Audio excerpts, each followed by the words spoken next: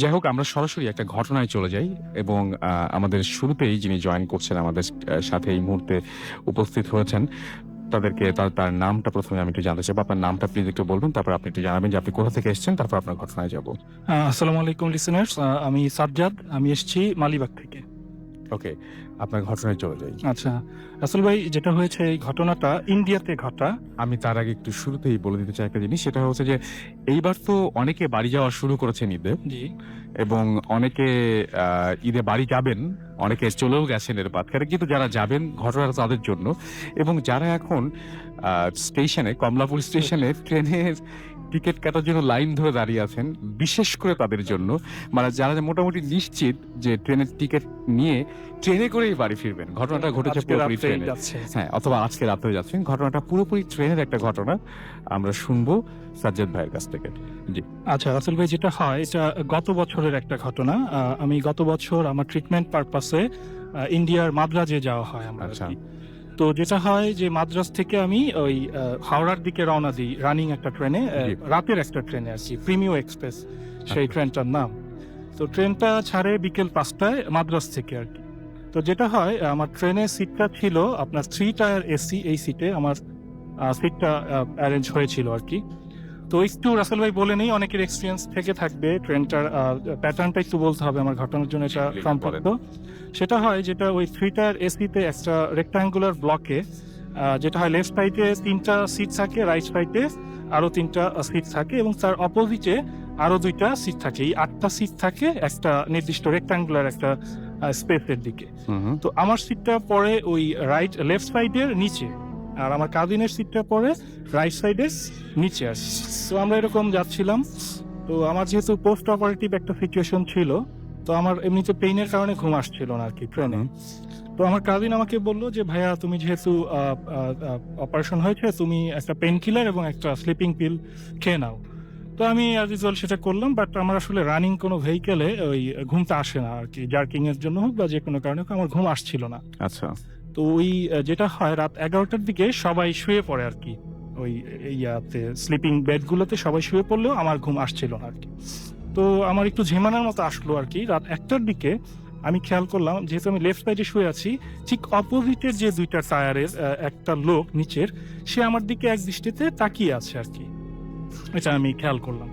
তো তাকিয়ে থাকতেই পারে, হয়তো তার ঘুম আসছে না, সে আমাকে অবজার্ভ করছে, আমি এটা নর্মালি নেই। তো আমি আবার এক পাশ ফিরে আবার শোয়ার চেষ্টা করি।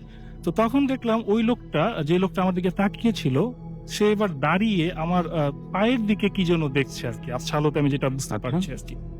তো আমি তখন আমার একটু হয় যে তার ডাউটফুল অ্যাটিটিউডটা, সে কি কোনো কোনো অ্যাটেম্প নিচ্ছে কিনা। তো আমি তাকে আর চোখে অবজার্ভ করতে থাকি যে আমার সাথে আবার পাসপোর্ট ডলার টলার ছিল, মোবাইল ছিল, আপনি যে চোর চোর টোর কিনা। ট্রেনে তো অনেক ধরনের লোকজন থেকেই থাকে। তো আমি এবার যেটা করলাম, আমি ঘুমের ভান ধরে তাকে অবজার্ভ করতে থাকলাম, যে দেখি আমার নড়াচড়া বন্ধ, এবার দেখি সে কি করে। তো একটা পর্যায়ে সে আমার পায়ের দিকে ঝুঁকতে ঝুঁকতে একবার আমার ঘাড়ের কাছে এসে উকি দিল। তখনই আমি জাস্ট টার্ন করলে বললাম, হোয়াট হ্যাপেন, মানে কি, আপনি কি চাচ্ছেন, মানে আপনি বলেন, আমি অনেকক্ষণ ধরে দেখছি আপনি আমাকে ফলো করছেন, বা কি বলেন।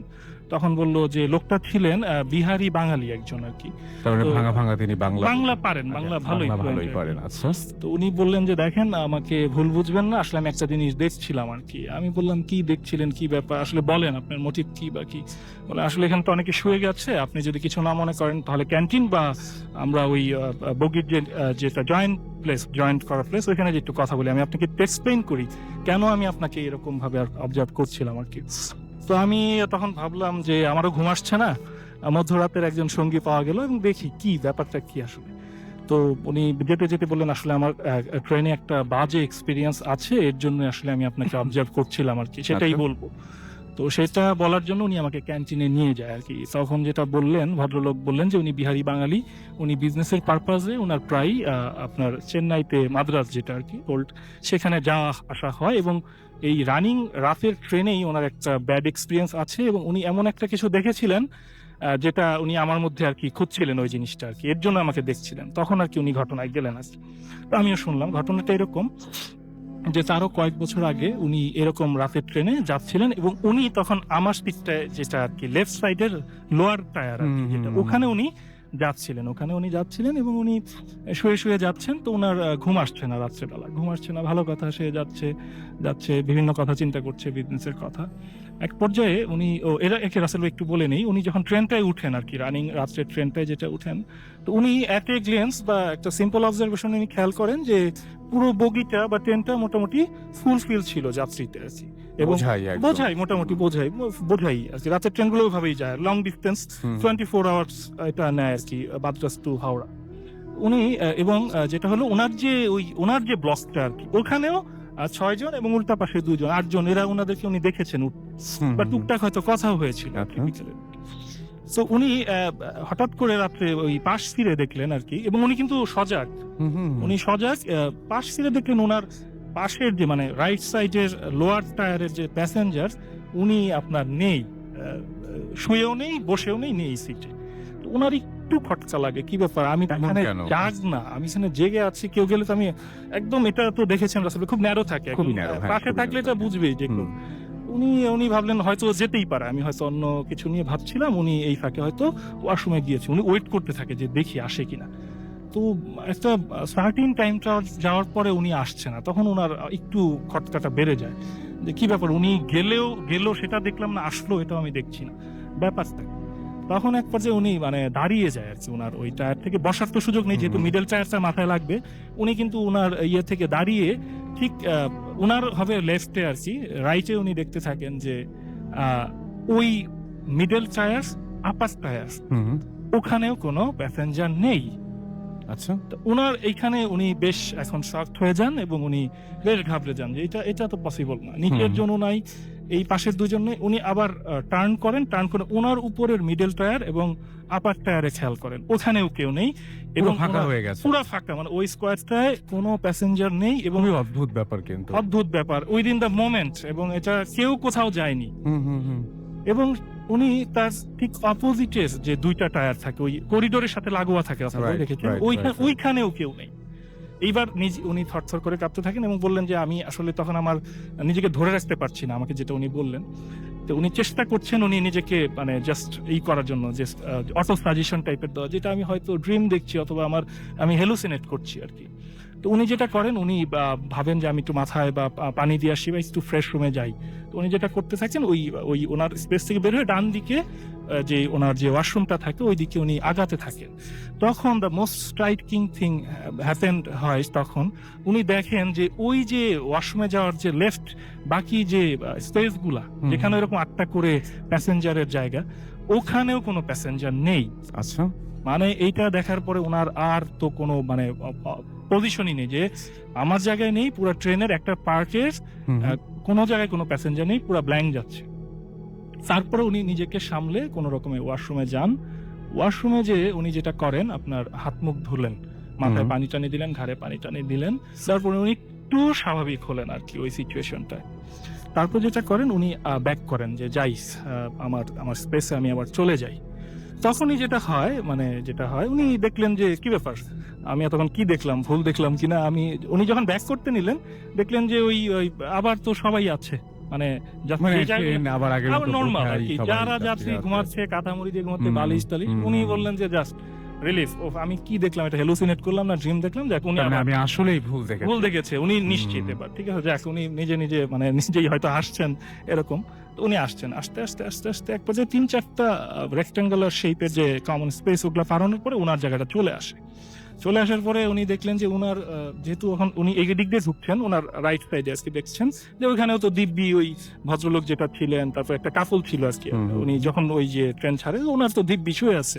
তা আমি এটা কি দেখলাম, কি ভয় পেলাম, কি অবস্থা, যাক উনি মনে মনে দাঁড়িয়ে আছেন। হঠাৎ যেটা উনি ফিল করলেন, যেটা সবচেয়ে এখানে টুইস্টার আছে ভাই, যে ওনার পায়ে একদম নিচে, পায়ে একটা পায়ের টাচ লাগছে একদম নিচের টায়ার, ওই জায়গায় মানে ওনার জায়গা থেকে। উনি যাক যেহেতু ওনার মানে যেহেতু আবার স্বাভাবিক হয়েছেন, উনি এটাকে আবার ওইভাবে আমলে নেননি, যে ভাবলেন কেউ মিসপ্লেসিং এর কারণে ওনার সিটে হয়তো এর মধ্যে শুয়ে গেছে, উনি এভাবে দেখলেন। কিন্তু পায়ে ভুল করে ওনার টায়ারে কেউ শুয়ে যেতেই পারে। উনি একটু কাছে যেটা দেখলেন, এরপরে আর আসলে আর ওনার এতক্ষণ যা হলো এটা আর কোনো ইকুয়েশন তিনি মিলাতে পারলেন না। উনি যে দেখলেন বা উনি যেটা দেখলেন আর কি, যেটা সত্যি রাসেল ভাই এটা কতটুকু ক্রেডিবল, উনি যতটুকু বলেছে আমার কাছে ক্রেডিবলই মনে হয়েছে যে উনি দেখলেন উনিই শুয়ে আছে। ওখানে হাউ অ্যাবসার্ড, মানে ওই যে পাটা টাচ লেগেছিল ওইটা উনারই পা, উনার টায়ার থেকে উনি উঠে ওয়াশরুমে ফ্রেশ হয়ে এসে দেখেন যে উনার সিটে উনি শুয়ে আছে। এরপরে রাসেল ভাই উনি যেটা আমাকে বললেন যে উনার আর তারপরে আর এর মধ্যে একটু মিস করে গেছি রাসেল ভাই, যেটা হচ্ছে উনি আমার মতোই বেশ লম্বা ছিলেন আর কি, তো ওই লোয়ার বেডে ওনার পাটা আসতো না, একটু বের হয়ে থাকতো। আপনারও সেদিন তাই হয়েছিল? এবং আমিও ওই প্যাটার্নের ছিলাম এবং ওইটাই উনি খেয়াল করছিল। যেটা হয়, তো যেটা বলি রাসেল ভাই, ফিনিশিংটা বলি, যেটা হয় উনি ওই পায়ে টাচ লাগার পর এবং নিজেকে নিজের বেডে দেখে আর নিজেকে রাখতে পারলেন না, উনি ওইখানে সেন্সলেস হয়ে যান। সকালবেলা ওনার যারা সহযাত্রী তারা ভোরবেলা ডাকতে থাকেন যে ভাইয়া কি ব্যাপার, আপনি কি নিচে শুয়ে আছেন কেন, আপনি কি মানে ঘুমে পড়ে গেছেন, মানে জাস্ট নিচে শুয়েছিল, ওই যে সেন্সলেস হয়ে পড়ে গেছে উনি। তা বলতেছে, উনি তখন ভাবলেন যে কি বলবো না বলবো না, উনি বললো না না না আমি আসলেই আমি মানে ওই টায়ার থেকে আমি পড়েই গিয়েছি আর কি। তখন আর কি ওনারা যেটা বললো যে আচ্ছা ঠিক আছে, ওকে দ্যাটস ওকে।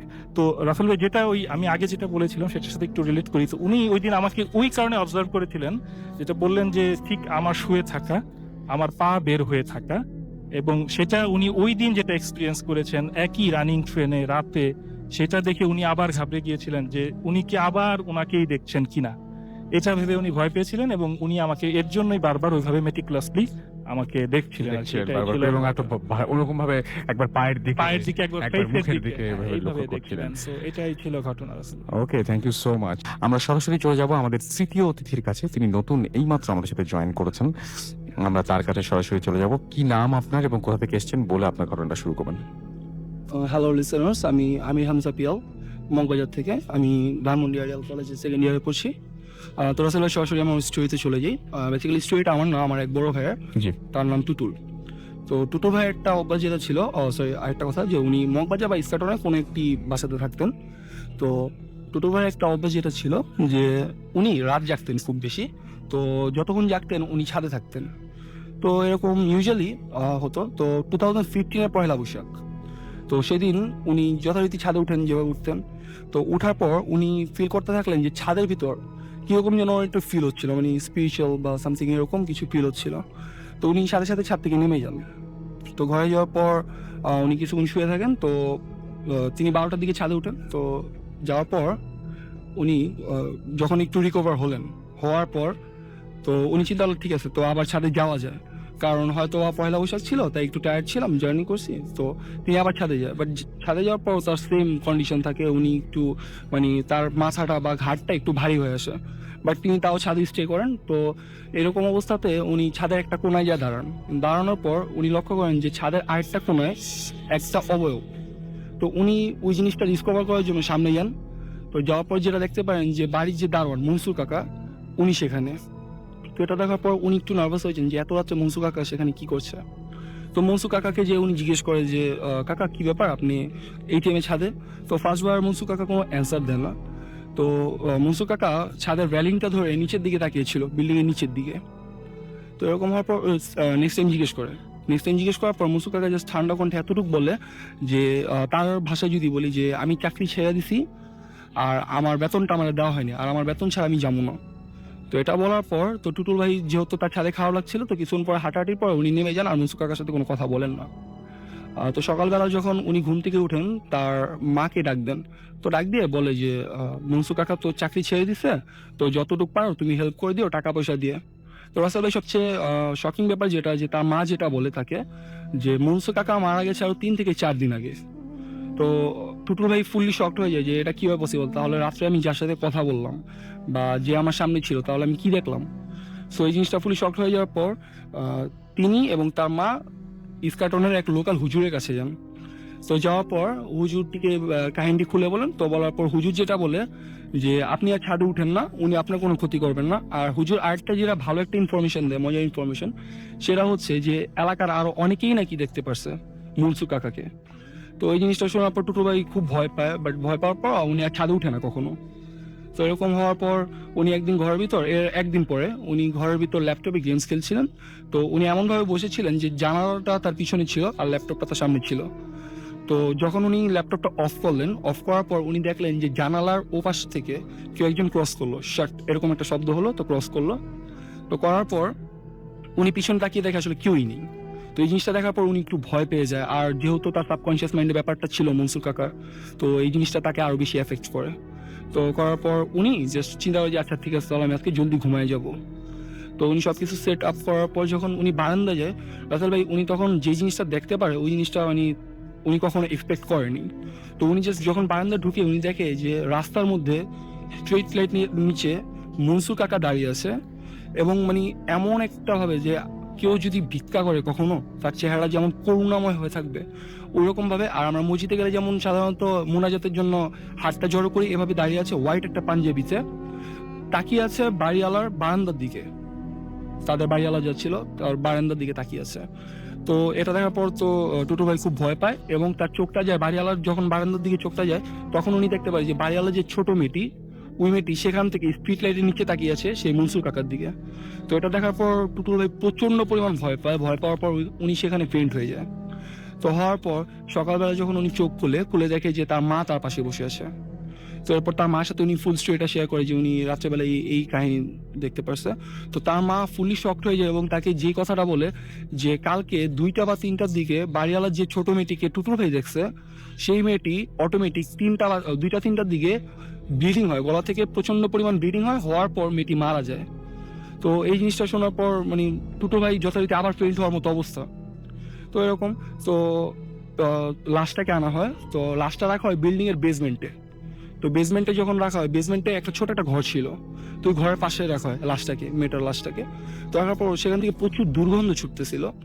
তো সবাই ফার্স্টে মনে করছে হয়তো যে লাশটা থেকে হয়তো দুর্গন্ধটা আসতেছে, বাট পরে যে জিনিসটা ডিসকভার করলো যে জিনিসটা আসলে সেই ছোট একটা রুম থেকে আসতেছিল। তো যারা ভাড়াটিয়ারা ছিল বা যারা দারোয়ান ছিল ওনারা যায়, রুমটার ভিতরে যায়। তো যাওয়ার পর যেটা দেখতে পারে যে সেখানে মানুষের একগুচ্ছ চুল, এরপর কিছু হাড্ডি আর আরেকটা বিড়ালের মাথা, মানে এরকম কিছু মানে আজে বাজে কিছু জিনিস সেখানে পায়। তো পাওয়ার পর সবাই তো খুব ভয় পেয়ে যায়, বাট জিনিসটা তখন ওইভাবে রিভিল করে না যেহেতু একজন মৃত এখানে। তো লাশটাকে যখন দাফন করে আসে, বাড়িওয়ালার মেয়ের লাশটাকে যখন দাফন করে আসে, তো ভাড়াটিয়া যারা ছিল তারা সবাই বাড়িওয়ালার কাছে যায় যে আসলে এক্স্যাক্ট কাহিনীটা কি জানার জন্য। তো বাড়িওয়ালা তখন ব্যাপারটা আসলে খুলে বলে যে মনসুর কাকা যিনি ছিলেন উনি আসলে ব্ল্যাক ম্যাজিক করতো। তো এই জিনিসটা যখন বাড়িওয়ালা জানতে পারে তখন বাড়িওয়ালা মনসুর কাকাকে বের করে দেয়, ঠিক আছে, আর তাকে বেতনটাও দেওয়া হয় না। তো এই জিনিসটা শোনার পরে সবাই তো খুব অবাক হয় ব্যাপারটা, যে তার মানে কি তাহলে মেয়েটি কি ওই মনসুর কাকার জন্যই মারা গেল। তো আসলে এই জিনিসটার উত্তর খুঁজতে তারা ওই লোকাল হুজুরটার কাছে আবার যায়। তো হুজুরটা যে এক্সপ্লেনেশনটা দেয় যে মানুষ যদি পৃথিবীতে এমন কিছু অর্জন করে না নিয়ে যেতে পারে যেটা তার পাওনা, যেটা তিনি পান কারো কাছ থেকে, তো সেটার প্রতি একটা হাহাকার জন্মায়, আর জানের সদগা হিসাবে তখন সেই জিনিসটা ওইভাবে নিয়ে নেয়। তো বাড়িওয়ালা মেয়েটি যখন মরে এরপর থেকে রাসেল ভাই তেমন ভাবে আর মনসুর কাকা কেউ দেখেনি। তো মানে বুঝে গেছিল যে ইটস লাইক এ রিভেঞ্জ ছিল ব্যাপারটা। ওকে, থ্যাংক ইউ সো মাচ আপনার ঘটনার জন্য। আমরা চলে যাব আবারও পরবর্তী ঘটনায়, আমাদের পরবর্তী অতিথির কাছে। এবং আমাদের সাথে এই মুহূর্তে আছেন সাব্বির, তিনি এসছেন মগবাজার থেকে, রাইট? সাব্বির, আপনার দ্বিতীয় ঘটনাটা আমরা শুনে ফেলি। ভাই, তো আমি দ্বিতীয় ঘটনাতে চলে যাচ্ছি। এটা হচ্ছে সিলেটের কোনো একটা বয়েজ হোস্টেলের ঘটনা। আমি নাম মেনশন করতেছি না, বাট ওই হোস্টেলে সবাই বুঝবেন। তো হোস্টেলের ঘটনা যেটা হয় যে একটা ছেলে মানে একটা মেয়ের সাথে, হোস্টেলের একটা ছেলে তো একটা মেয়ের সাথে রিলেশন হয়। তারপরে কোনো একটা কারণে, ডিপ্রেশনের কারণে ছেলেটা সুইসাইড করে।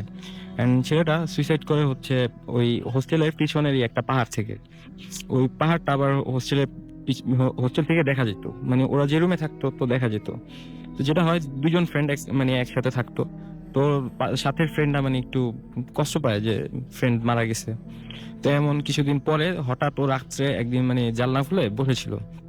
তো যেটা দেখলো যে মানে ওর রুমের পিছনে যে পাহাড়টা যেখান থেকে ওর ফ্রেন্ড সুইসাইড করতে, ওই পাহাড়ে মানে একটা অবয়ব অনেক দূরে, মানে ঝাপসা বোঝা যাইতেছে যে একটা অবয়ব মানে রুমের দিকেই তাকায় আসছে, চোখগুলা জলজল করতেছে, অনেক দূর থেকে রিফ্লেক্ট করতেছিল। তো এটা দেখার পরে মানে ও একটু ভয় পায়, যেহেতু একটা ফ্রেন্ড অস্বাভাবিকভাবে মারা গেছে। ও জানলা লাগায় শুয়ে থাকে। অ্যান্ড যেটা হয় যে মানে ও দিন রাত্রে অনেক মানে আজে বাজে স্বপ্ন দেখে। তো স্বপ্ন দেখার পরে মানে সকালে ওইটা ওর ফ্রেন্ডদের সাথে শেয়ার করে। তো ফ্রেন্ডরা বলে যে হয়তো বা তুই ভুল দেখছিস। তো দ্বিতীয় দিন রাত্রের ঘটনা, উনি এমন মানে জানলার খুলে বসে আছে, তো দেখে যে মানে আবার ওই জিনিসটাকে উনি দেখতে পায় সেকেন্ড বারের মতো। তো দেখার পরে উনি মানে জানালা লাগায় দৌড়াদৌড়ি করে উনি ঘুমায় থাকে। তো ঘুমানোর পরে উনি যেটা মানে ফিল করলেন যে রুমে অস্বাভাবিক শব্দ হইতেছে, মানে কেউ হাঁটাচলা করতেছে বা এরকম কিছু। তো উনি ফিল করার পরে যেটা করেন যে মানে উনি জাগার পরে লাইট অন করেন, মানে কোথাও কিছু নাই। তো এটা দেখার পরে মানে কোনোভাবে উনি ওদিন রাত্রে ঘুমান। তো পরদিন উনি ওনার মানে হোস্টেলের ম্যানেজারের সাথে এটা শেয়ার করলেন যে আমি এরকম কিছু দেখতে পেয়েছি, আমি এই রুমে থাকবো না। তো ম্যানেজার বললে যে এত শর্ট টাইমে তো আমি তোমাকে রুমটা চেঞ্জ করে দিতে পারবো না, তুমি কিছুদিন ওয়েট করলে আমি তোমাকে চেঞ্জ করে দিতে পারি। তো এটা আবার মানে ওর শুনে যে ওর মানে রুম পাশের রুমে দুইটা ছেলে ওরা মানে শুনে ব্যাপারটা। তো শোনার পরে বলে যে তাহলে মানে ওরা চায় যে ওই রুমটার সাথে ওদের রুমটা এক্সচেঞ্জ করতে। তো তখন ম্যানেজারটা বলে যে ঠিক আছে, যদি তোমাদের কোনো প্রবলেম না থাকে তাহলে চেঞ্জ করতে সমস্যা নেই। আর ওই দুইটা ছেলে মানে কিউরিয়াস ছিল যে ওই রুমে কি হয়, ওরা একটু এইসব প্যারানর্মাল ব্যাপারে জানার জন্য। তো ঠিক আছে, ওরা রুম চেঞ্জ করলো। তো প্রথম দিন রাত্রে ওদের সাথে আর কিছুই হয়নি। দ্বিতীয় দিন রাত্রে ওরা যেটা হয় যে মানে ঘুমানোর পরে ওরা ওই ওরকম সেকেন্ড দিন ওরা রুমের মধ্যে মানে কারো হাঁটা চলা বা এরকম কিছু শব্দ পায়। তো শব্দ পাওয়ার পরে ওইটা ওদিন যায়। তো পরদিন রাত্রে সেম আবারও মানে ওরা রুমের মধ্যে এরকম হাঁটা চলার শব্দ পায়। তো পাশাপাশি এল শেপের মতো দুইটা খাট রাখা। তো একটা ফ্রেন্ড করে কি মানে উঠা মানে এবার ওরা যেটা শুনে যে সেকেন্ড দিন রাত্রে ওরা শুনে যে মানে মানে কেউ কান্না করতেছে, মানে খুব ভারী গলা বা এরকম কিছু কান্না করতেছে। তো উঠে মানে দেখে রুমের একটা কর্নারে একটা ছেলে মানে মুখে হাত দিয়ে পিঠ ছিঁড়ে তো কান্না করতেছে। তো একটা ফ্রেন্ড মানে যায় যে কি হয়েছে বা এরকম দেখার জন্য। যখন হাত দেওয়ার পরে রাসেল ভাই ওই ছেলেটা যে মানে যেটা কান্না করতেছিল ওটা ঘোরার পরে দেখে যে যেই ছেলেটা মানে ওই পাহাড় থেকে সুইসাইড করছে এটা ওই ছেলেটা। অ্যান্ড ও মানে সুইসাইড করার পরে যখন নিচে পড়ে তো ওর ফেসটা মানে থ্যাতলায় যায়। তো ও সেম এই জিনিসটা দেখার পরে মানে খুবই ভয় পায়। ভয় পাওয়ার পরেও যেটা করে যে রুম থেকে দৌড় দিয়ে বাইরে যায়, কি হয় পেইন্ট হয়ে যায়, পড়ে যায়। তো পরে ফেন্ট হয়ে যায়। আর রুমের মধ্যে আরেকটা যে ছিল ওর ফ্রেন্ড, ও এটা কি করে মানে ও জাস্ট ওইটা দেখে মানে রুম তো ওখানে মানে বেডের মধ্যেই ফেন্ট হয়। তো পরে সকালে যখন রুমের যে ছিল ওর যখন জ্ঞান ফিরে তো ও ঘটনা বলে, কিন্তু কেউ মানে ওর সেকেন্ড ফ্রেন্ডটাকে খুঁজে পাইতেছিল না। তো খুঁজতে খুঁজতে একটা পর্যায়ে পাওয়া যায় যে ওর যে ফ্রেন্ডটা মানে রুম থেকে দৌড়ে বের হয়ে যায় ওই ফ্রেন্ডটাকে পাওয়া যায় যে ছেলেটা সুইসাইড করছিল যে পাহাড় থেকে, ওই স্পটে ওই ছেলেটাকে ফেইন্ট অবস্থায় পাওয়া যায়। তো ওকে যখন জিজ্ঞেস করে যে কি হয়েছে, তুমি রাত্রে কি দেখছিলা, তখন বলে যে আমার কিছু খেয়াল নাই, রুমের মধ্যে আমি এরকম কিছু দেখার পরে যখন দৌড় দিচ্ছি তো দৌড় দিয়ে পড়ে যাওয়ার পরে আমার কিছু মনে নেই, আমি এখন উঠলাম এই জায়গা থেকে। তো আসলে এই ছিল ঘটনা। ওকে, থ্যাংক ইউ সো মাচ আপনার ঘটনার জন্য। আমরা পরবর্তীতে আবার আপনার সাথে কথা বলবো, যদি দরকার হয় আমরা আরেকবার সাজ্জাদ ভাইয়ের সাথে একটু কথা বলি। সো সাজ্জাদ ভাই, আপনি বলছিলেন যে আপনাদের এলাকায় আরো একটা প্রচলিত ঘটনা আছে, প্লাস আপনি আপনার বিশ্ববিদ্যালয় জীবনের একটা ঘটনা বলছিলেন। তবে সবচেয়ে যে বড় ঘটনা সেটা হচ্ছে যে আপনার এলাকায় একটা প্রচলিত ঘটনা আছে, যেটা সবাই জানেন এবং সেই এলাকায় সবার মুখে মুখে, এবং আপনি কয়েকবার কথা বলে শিওর হয়েছিলেন যে ঘটনাটা আসলেই ঘটেছে কিনা। জি। কিন্তু আপনার সেই এলাকাবাসী যার কাছে ঘটনাটা শুনেছেন তিনি বলেছেন, তিনি নিশ্চিত করেছেন যে না, এরকম ঘটনা ঘটেছে। কি ঘটনা ছিল সেটা? এটা রাসেল ভাই একটা অগ্নিকাণ্ডের ঘটনা। এখন এটা কি কোইন্সিডেন্স না আসলে এটা কোনো প্যারানর্মাল অ্যাক্টিভিটিস, সেটাই হচ্ছে বিষয়। ঠিক আমাদের এলাকায় নয় রাসেল ভাই, এটা হয়েছে আমি ওই সুমনের কাছ থেকে শুনেছি আর কি, আমার ছোট ভাই। এটা ঢাকা টাঙ্গাইল হাইওয়ের মাঝখানে একটা প্রমিনেন্ট একটা বাজার, সেই বাজারে ঘটে যাওয়া একটা ঘটনা আর কি। আমি নামটা উজ্জ্বল রাখলাম আর কি। তো এটা যেটা হয়, এটা ঘটনাকাল 20-25 বছর আগের একটা ঘটনা। তো ওই বাজারে একবার যেটা হয় রাসেল ভাই, যেটা হয় যে এক বৃদ্ধা অন্ধ আর কি, উনি ভিক্ষুক টাইপের আর কি, বাজারে ভিক্ষা করতে আসেন আর কি। তো নর্মালি যেটা হয় যে একটা এলাকায় যেটা যারা ভিক্ষা করেন তারা নর্মালি পরিচিত হয়ে থাকেন আর কি, একই পার্সন হয়ে থাকেন। তো ওই বৃদ্ধাকে ওই বাজারের কেউ আগে কখনো দেখেনি। সে বাজারে ভিক্ষা করার জন্য আসে এবং সে কারো কাছ থেকে কোনো টাকা পয়সা বা অন্য কোনো খাদ্যদ্রব্য নয়, সে একটা মিষ্টির দোকানেই যায়, যে সেখানে ওই মিষ্টির দোকানিকে বলে যে এই আমাকে একটা মিষ্টি দে। তো মিষ্টির দোকানি যেটা প্রথমে তাকে ডিনাই করে দেয় আর কি, যে মিষ্টি এখন করছি, এখন দিতে পারবো না, পরে আসো, দিতে পারবো না। তো সে আবার রিকোয়েস্ট করে যে আমাকে একটা মিষ্টি দে। তো তখন ওই দোকানির কি হয়, তার প্রতি কোনো মায়া জন্মায় না। সে করে কি, তার একটা কুবুদ্ধি হয়। সে বৃদ্ধা মহিলাকে বলে যে দেখি হাত বাড়াও, আমি মিষ্টি দিচ্ছি। তখন অন্ধ মহিলা তার হাতটা বাড়িয়ে দেয় সামনে আর কি। তখন ওই দোকানি যেটা করে, সে ওই যে মিষ্টি যেটা দিয়ে জাল দিচ্ছিল আর কি, কয়লা, জ্বলন্ত একটা কয়লার টুকরা করে কি ওই মহিলার হাতে দিয়ে দেয়। তো বৃদ্ধা এটাকে একদম, যেটা আপনার যে গরম মিষ্টি মনে করে, সেটা ওই হাত থেকে খুব দ্রুতই মুখে নিয়ে নেয় আর কি। মুখে নেওয়াতে যেটা হয়, মানে কোনো কিছু বোঝার আগে, কারণ গরম মিষ্টি ভেবে নেয়, যেহেতু সে ব্লাইন্ডস। তো এটা মুখে নেওয়ার পরে যেটা হয় যে তার জিভ বা ঠোঁট, হাত খুব বাজেভাবে পুড়ে যায় আর কি। এবং বাজেভাবে পুড়ে যাওয়ার পরে যেটা হয়, সে গোঙাতে থাকে এবং সবার উদ্দেশ্যেই তখন ওই মার্কেট যেটা ছিল আর কি, বাজারটা আর কি, সবাইকে খুব তারস্বরে বলে যে তোরা আমাকে পুড়িয়েছিস, এখন থেকে তোরাও পুড়বি, এরকম একটা কথা উনি বলেন আর কি। এরপরে যেটা হয় রাসেল ভাই, এই ঘটনাটা প্রবাবলি উইন্টার সিজনেই হয়ে যাওয়া কোনো ঘটনা। এখন ওই ঘটনা হয়ে যাওয়ার পরে আপনার ওই বাজারে যেটা হয় যে ছোট খাটো বড় যাই বলেন, আপনার ওই সিজনটাতেই অগ্নিকাণ্ড হয়ে ঘটে আসার ঘটনা ঘটছেই, এরকম চলে আসছে আর কি। এবং এই ঘটনাটা এখানে প্রচলিত আর কি। এখন এটা রাসেল ভাই, আমি যেটা বলতে চাই যে উইন্টার সিজনে এমনিও কিন্তু মানে অগ্নিকাণ্ড হয়ে থাকে। তো এটা কোইন্সিডেন্সও হতে পারে, বা যেটা, কিন্তু ওইখানে এইরকম একটা ঘটনা ঘটেছিল এবং সেরকম একটা মানে জায়গাটা কিছুটা হলেও সেই মহিলা অভিশাপ দিয়ে গিয়েছিলেন, হ্যাঁ, সেটা আপনি বলতে চাচ্ছেন। সেটাই বলছি। সেটা আপনি এবং বলতে আরেকটা চাচ্ছেন। জিনিস আসলে আমি বলি যে অন্য কোনো খাদ্যদ্রব্য নয়, মিষ্টির দোকানে যাওয়া এবং মিষ্টির প্রতি আমরা জানি যে একটা কমিউনিটির একটা কিন্তু থাকে আর কি, রাইট, এরকম হতে পারে আর কি। ওকে, থ্যাংক ইউ সো মাচ আপনার ঘটনার জন্য। আমাদের সঙ্গে আরেকজন অতিথি এই মুহূর্তে জয়েন করেছেন। আপনার নামটা একটু প্লিজ বলবেন এবং আপনি কোথা থেকে এসেছেন একটু আমাকে বলবেন কাইন্ডলি। জি, আসসালামু আলাইকুম। আমি সাকিব, খিলগা থেকে এসেছি। খিলগা থেকে এসেছেন। আজকে বেসিক্যালি আপনার কাজিনের আসার কথা ছিল, বাট জি, জি, তিনি মানে আনফরচুনেটলি তিনি সিক হয়ে গেছেন এবং জি। তার বদলে আপনি এসেছেন। সো যে ঘটনাটা ঘটেছে সেই ঘটনাটা খুব অদ্ভুত একটা ঘটনা এবং এটা তো মানে বলার সঙ্গে সঙ্গে কালকে দেখা যাবে যে অনেকেই হয়তো ট্রাই করবেন সেই জায়গাটায় গিয়ে জি, যে জি। আসলে ঘটনা ঘটে কিনা। কি ঘটনা ঘটেছে একটু আমাদের বলেন তো দেখি শুনি। এই ঘটনাটা হচ্ছে হলো 2012-এর, যখন আমি ও লেভেল ক্লাস করতাম তখনকার ঘটনা এটা। সো আমি আমার ক্লাস শেষ করে বের হয়েছি, আমার কাজিন আমাকে ফোন দিয়েছিল, সোফিয়া। তো আমাকে বললো আলমাসের সামনে যেতে। তো ফাইন, আমি গেলাম। যাওয়ার পর বললো চল ঘুরি একটু। তখন বাজে 7টা, এরকম 7টা 10-15। তো আমি কাজিনকে নিয়ে গাড়িতে উঠলাম, বসলাম, ড্রাইভ করতেছি নর্মালি। তো যেতে যেতে দুইটা ফ্রেন্ডকে দেখলাম, ফার্স্টে মেহেদি, তারপর আলভি, দেন সোফিয়া। আমরা গাড়িটা, তো যে ড্রাইভার ছিল সামনে থেকে উনি পিছনে চলে গেছে আর সোফিয়া সামনে চলে আসছে। তো যেতে যেতে আমরা ধানমন্ডি লেকের সাইড দিয়ে যাচ্ছিলাম। তো যেতে যেতে 7:20-15 এরকম বেজে গেল। তো সোজা যে বায়ে ঢুকলাম একটা গলিতে। তো যেতে যেতে আমার ফ্রেন্ড একটা স্টপ করলো, বললো দোস্ত এখানে ওয়েট কর। আমি বলি কেন? কারণ ডান দিকে যে বাসাটা, এটা হচ্ছে হলো ধানমন্ডিতে হন্টেড হাউস। তো আমি বললাম how do you know that? তো বললো এটা ভূতের সাথে আমরা প্রায় শুনি, আর ইভেন অনেক ফ্রেন্ডরা এখানে এগুলো প্রবলেম ফেস করছে। ওকে, তো আমি বলি কিরকম প্রবলেম? তো বললো এখানে যেই আসে তারই সমস্যা হয়। তো আমরা নর্মালি সবাই জানি ধানমন্ডির মধ্যে প্লেসটা মানে অনেক বড়, ফাঁকা বাসা খুব কমই থাকে, এরকম পুরান মডেলের বাসা দেখা যায় না নর্মালি। তো বাসাটা জিজ্ঞেস করলাম ভাই এখানে কারা থাকে, 20 ইয়ার্স ধরেই ফাঁকা বাসাটা। তো ফাইন, আমরা দেখলাম, দেখার পর নর্মালি ড্রাইভ করতেছি, কলাবাগান রোডে উঠলাম। ওঠার পর যাচ্ছি, গান শুনতে যাচ্ছে। একটা সার্টেন টাইমে পিছন দিক দিয়ে একটা বাইক এসে হিট করে দিল আমাদের। তো বাইক হিট করলো, আমি গাড়ি ব্রেক করলাম, পিছনে তাকিয়ে দেখি বাইক আলাটা পড়ে গেল। তো পিছনের লোকজন চিল্লাচ্ছে ধর ধর বলে। তো আমি টান দিয়ে ওই প্লেসটা থেকে আমি চলে আসছি। তো চলে আসার পর স্টপ করলাম। স্টপ করার পর দেখি গাড়ির সামনের দিকে বা সাইডে দরজা মানে একটা হিট করলে যেরকম ট্যাপ খেয়ে যায় না, ওরকম ট্যাপ খেয়ে গেছে।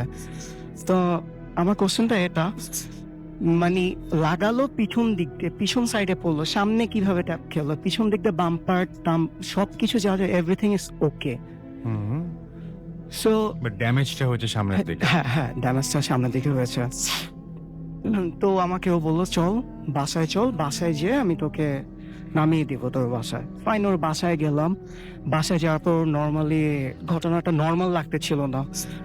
সো ফেসবুকে ব্যাপারটা মানে ভাবলো শেয়ার করবে, তো ফেসবুকে লিখলো, লেখার পর এন্টার প্রেস করবে, ল্যাপটপ হ্যাং। তো নর্মাল আমরা ধরে নিলাম হলো নেটের প্রবলেম। তো ফাইন, কোনো সমস্যা নেই, বাসায় যাই। আমার বাসায় গেলাম। বাসায় যে মনে হলো আমার ফ্রেন্ডটা যে বললো মানে গাড়িতে উঠে দোষে বাসার সামনে যেই আসে তারই প্রবলেম হয়, ঠিক 15 মিনিটসের মধ্যে আমরা মানে অ্যাক্সিডেন্টটা করলাম। তো আমি ওকে ফোন দিলাম, সোফিয়ার সাথে শেয়ার করলাম। দোষ আমি ওকে ফোন দিয়ে জিজ্ঞাসা করি, ও তো বললো, বলার পর 15 মিনিটের মাথায় আমরা অ্যাক্সিডেন্টটা করলাম। তোকে ফোন দিলাম মেয়েদেরকে, দোষ কি কাহিনী, মানে আসলে তুই কি কোনো কিছু জানোস কেনা? তো বলে না দোষ, আমি তো কোনো কিছু জানি না, কি হয়েছে? তুই তো বললি এখানে অ্যাক্সিডেন্ট হবে, 15 মিনিটের মাথায় ঠিক অ্যাক্সিডেন্ট হইলো। তো দোষ আমি তো এই কথা বুঝি নাই, তাহলে এই কথাটা কে বললো গাড়িটা? তো আমরা বললাম হলো ফাইন, তুই কালকে 10টায় দেখা করবি, দেখা করার পর ফাইজলামি করবেন, তুই সিরিয়াসলি বলবি সবকিছু। তো সবাই বলতেছে, পিছনে ড্রাইভার বলতেছে জয় মামা তুমি বলছো। বললাম না তুমি বলো নাই। ও বলতেছে আমি বলি নাই এগুলো কোনো কিছু। তো আমরা প্ল্যান করলাম আমরা আবার যাব। তো আমরা ওই দিনই সন্ধ্যাবেলা গেলাম, 3 জন গেলাম, আমি, সোফিয়া আর আমাদের জয় মামা গেলাম। জয় মামা যাওয়ার পর বাসার সামনেই ঠিক ওয়েট করতেছে। হঠাৎ করে একটা মাইক্রো বাস আসলো, আসার পর দেখে আমার দিকে তাকিয়েছিল। তো আমরা নিচে দাঁড়িয়েছিলাম বাসার সামনে, মানে দেখতেছিলাম মানে বাসার ভিতরে এক্স্যাক্টলি কি আছে। তো মাইক্রোবাস থেকে নামলো একজন লোক, নামার পর আমাকে জিজ্ঞেস করলো, সামনে ডাকলো। আমি গেলাম, যাওয়ার পর বলে কে এখানে কি করতেছো? আমি বলি এমনি দেখতে আসছি। বলে জায়গাটা তো ভালো না। আমি বলে আচ্ছা। বলে তুমি কি সাকিব? আমি বলে হ্যাঁ আমি সাকিব। আমার গার লোম দাঁড়িয়ে যাচ্ছে। বলে তুমি সাকিব? আমি বলে হ্যাঁ আমি সাকিব। বলে হলো তোমার নামে অনেক রিপোর্ট আছে। আমি বলে আচ্ছা মানে কি রিপোর্ট? বলে আল্লাহ আমরা ডিবি পুলিশ ধানমন্ডি থানা থেকে, তো তোমার নামে রিপোর্ট আছে, তুমি চলে যাও। আবার গাড়ি থেকে আরেকজন লোক বের হলো। লোক বের হওয়ার পর বলতেছে না না ও সাকিব না, ওইটার নাম ছিল আকিব যার নামে রিপোর্ট আছে। আমার কোশ্চেনটা এটা, আমার আপন ছোট ভাইয়ের নাম আকিব। তো আমার আপন ছোট ভাইয়ের নাম আকিব, আমি আর কোনো কিছু বললাম না, আমি চুপচাপ দাঁড়িয়ে আছে, ওর দূর থেকে পিছন থেকে দেখতেছে। তো আমরা নর্মালি যেটা জানি, একটা পুলিশ যদি রাতের বেলা বা ডিবি যদি কাউকে ডাকার পর অ্যাটলিস্ট তারা চেক করবে সাথে কিছু আছে কিনা, বা যদি আপনার কি মনে হয় আসলে এটা মানে ব্যাপারটা সবকিছু আপনার কাছে প্যারানরমাল লাগছে, তাই তো? হ্যাঁ হ্যাঁ এবং আপনি বলছিলেন যে ওইখানে কন্টিনিউয়াসলি মানে আপনি ওইখানে গেলে কিছুটা ফিল করছিলেন, জি, এবং জি, জি। আপনার ওইখান থেকে আপনাদের ল্যাপটপ হ্যাং হয়ে যাচ্ছিল, হ্যাঁ, এটা আপনি বলছেন। এবং এটা ধানমন্ডি 27 নম্বরে আপনাদের সাথে ঘটেছে। এক্স্যাক্টলি এক্স্যাক্টলি 27 নম্বরেই ঘটেছে। এবং আমি এই বেসিক্যালি এটাই তো স্টোরি। আরেকটু আছে। তো তো পুলিশ আমরা তো নর্মালি পুলিশরা চেক করে, তো উনি কোনো কিছু চেক টেক না করে উনি গাড়িতে উঠলো, বললো চলে যাও। তো আমার কোশ্চেন মানে জিনিসটা হচ্ছিল ওনারা কি আসলে মানুষ ছিল? আপনার বিশ্বাস হয় না এটা? না আমার এটা বিশ্বাস হয় না, কারণ ওনারা আমাকে কোনো টাচ করলো না, কোনো কিছু করলো না। আর আশেপাশে যারা একজন লোক ছিল চা বেচতে ছিল, উনি ওনার মতনই ছিল, উনিও তাকাচ্ছিল মানে না। আপনাদের সামনে যে ঘটনাটা ঘটছে এটা থেকে জি। ওনারা তাকাচ্ছেন না? না না তাকাচ্ছে না। আচ্ছা। ফাইন, আমি বাসায় গেলাম, সব ঠিকঠাক। সুতরাং আপনার মোটামুটি বিশ্বাস যে যাদেরকে আপনি দেখেছেন তাদেরকে আপনি শুধু দেখছেন, অন্য কেউ বেসিক্যালি তাদেরকে দেখতে পাচ্ছেন না? না অন্য কেউ দেখতে পাচ্ছিল না। আমি বাসায় যেয়ে আমি দাদিকে বললাম, আমার দাদি তো মানে কিছু জানে, ছোটবেলা থেকে দেখে আসছি। সো আমার দাদি বলতেছিল, আমি দাদিকে সব মানে ডিটেলস বললাম দাদিকে বলার পর দাদি বলতেছে এমন ভাব উনি সবকিছু জানে। বলে তুই ওই বাসার সামনে কেন গেছস? আমি বলি হলো কারণ আমি ফ্রেন্ডটা সহ ঘুরতে ঘুরতে চলে গেছিলাম ওই বাসার সামনে। তো দাদি বলতেছে ওই বাসার সামনে আর যাবি না। আমি বলি কেন? ওইটা তো হিন্দু বাড়ি, এরকম কাহিনী, উত্তর পাশে এরকম একটা পুকুর আছে, তো ওই বাসার সামনে আর যাবি না। তো জিনিসটা পুরো অবাক করার মতন, আমার দাদিও সবকিছু জানে এই বাসা সম্পর্কে, এরকম। ওকে, থ্যাংক ইউ ভেরি মাচ। আপনাকে অনেক ধন্যবাদ আপনার ঘটনার জন্য। আমি তৌফিক, সাউথ কোরিয়া থেকে। সবাইকে পবিত্র রমজানের শুভেচ্ছা। আজকে আমি যে ঘটনাটা শেয়ার করব এটা আমার ছোট বোনের নিজে এক্সপিরিয়েন্স করা ঘটনা। আমার ছোট বোনের নাম জুই। ও একটা প্রাইভেট মেডিকেল কলেজে পড়ালেখা করছে, এবং যে ঘটনাটা ঘটে সেটা ওর হোস্টেলে ঘটে যাওয়া ঘটনা, যেটা ঘটে গত মাসের ফার্স্ট উইকে। তো ও যে হোস্টেলে থাকে সেই হোস্টেলটা 5 তলা বিশিষ্ট একটা হোস্টেল, এবং ওই হোস্টেলের সেকেন্ড ফ্লোরে ও থাকে, যেটা কিনা এর আগে ওই মেডিকেল কলেজের ক্যাম্পাস ছিল, এবং ওই সেকেন্ড ফ্লোরে একটা রুম অপারেশন থিয়েটার হিসেবে ইউজ করা হতো, যেটা পরবর্তীতে ক্যাম্পাস শিফট করার পর ওই অপারেশন থিয়েটারটা ক্লোজ করে দেওয়া হয় এবং ওই বিল্ডিংটা হোস্টেল হিসেবে দেওয়া হয় মেয়েদের থাকার জন্য। তো আমার ছোট বোন জুই, ও যে রুমটাতে থাকতো তার পাশের রুমটাই ওই ওটি ছিল, ওই অপারেশন থিয়েটারটা ছিল। তো ওটা এখনো ওইভাবেই তালাবদ্ধ অবস্থায় আছে। তো ঘটনার দিন, যেদিন ঘটনাটা ঘটে সেদিন সন্ধ্যাবেলা ঠিক মাগরিবের আজানের আগ মুহূর্তে, ও আমার ছোট বোন ওর রুমে স্টাডি করছিল কি, ও সম্ভবত ব্রাউজিং করতেছিল, যাই হোক কোনো কাজে ব্যস্ত ছিল, এবং ওর রুমমেট ওর কাপড় শুকাতে দিছিল ওদের রুম থেকে বের হয়ে করিডোরের গ্রিলের সাথে তার ঝুলিয়ে ওরা মেয়েরা কাপড় শুকাতে দেয়, ওই তারে কাপড় শুকাতে দিছিল। তো ও যায় ঠিক মাগরিবের আগ মুহূর্তে যায় কাপড় তুলতে। তো কাপড় তুলতে যায়, যখন যায় তখন ওর চুলগুলা খোলা ছিল। ও এটা নিয়ে ভাবে নাই যে চুল খোলা চুলে বাইরে গেলে কোনো সমস্যা হয়। আমরা যেটা জানি যে সন্ধ্যার সময় খোলা চুলে বাইরে যেতে হয় না। তো এইসব বিষয় ওর মাথায় ছিল না, আর এগুলা বিশ্বাসও কেউ করে কেউ করে না। তো এই ব্যাপারটা সেভাবে আমলে নেয় নাই। তো ওই করিডোরে যে ওদের পাশেই যে অপারেশন থিয়েটারটা ছিল ওটা তো ক্লোজ, অলরেডি ক্লোজ, এবং ওই অপারেশন থিয়েটারের ঠিক অপোজিটে বারান্দার যে গ্রিলের সাথে অনেকগুলা ফুলের গাছ আছে, ফুলের টবে ফুলের গাছ টাছ আছে। তো ও যখন কাপড় তুলতে যাওয়ার পর কিছুক্ষণ পর একটা আত্মচিৎকার শুনতে পায় আমার ছোট বোন। শোনার পর ও জিনিসটা ওইভাবে নেয় না, যে এরকম হতেই পারে, হোস্টেলে অনেক মেয়েরা চিৎকার চেঁচামেচি করে, তো ওর কাজে ব্যস্ত হয়ে পড়ে যে না এটা কোনো ব্যাপার না। তো তারপরে কিছুক্ষণ পর, কিছু সময় যাওয়ার পর ও গঙ্গানির শব্দ শুনতে পায়।